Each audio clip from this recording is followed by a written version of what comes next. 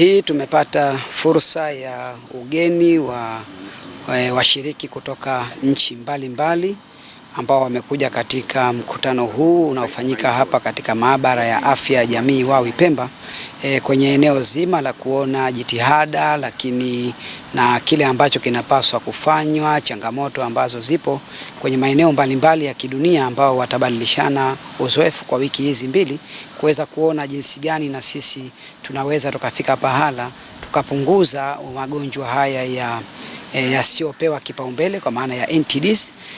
Na kuna jitihada nyingi ambazo serikali inazifanya, lakini taasisi yetu ya Public Health Laboratory iliyoko Pemba hii inafanya kazi kubwa kwenye eneo zima la kuangalia tafiti mbalimbali zinazohusiana na maradhi haya ya minyoo kwa maana ya kichocho, lakini na yale mengine kwenye watoto wa maskuli, lakini kwenye community yetu jamii.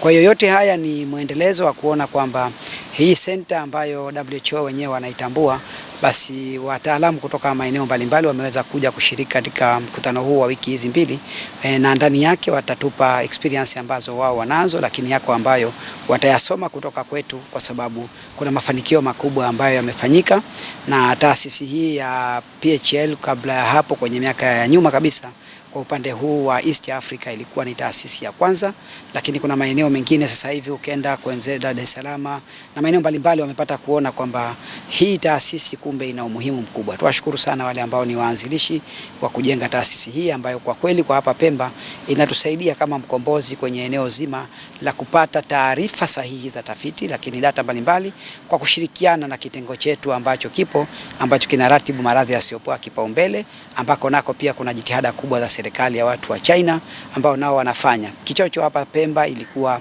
zaidi ya 10% au 8%, lakini kwa sasa hivi tunazungumzia kichocho ikuwa chini ya 1%. Lakini kuna maradhi mengine ya matende na maradhi mengine ya kupofuka kwa macho kwa maana trakoma, mambo mbalimbali yanafanyika. Kwa hiyo inaifanya jamii yetu iondokane na magonjwa hayo mbalimbali ili iweze kupata au tushiriki vizuri kwenye shughuli mbalimbali za kijamii zikiwemo zile za uzalishaji. Kwa hiyo sisi kama Wizara ya Afya tunaendelea kushirikiana nayo taasisi hii kupitia kwa waanzilishi ambao ni hao Italian Cooperation kwa maana ya Ivo di Carneri, lakini kuona kwamba shughuli zinazofanyika zinaleta tija kwa wananchi wa kisiwa cha Pemba, lakini sio Pemba peke yake, kwa maana ya Zanzibar kwa ujumla wake.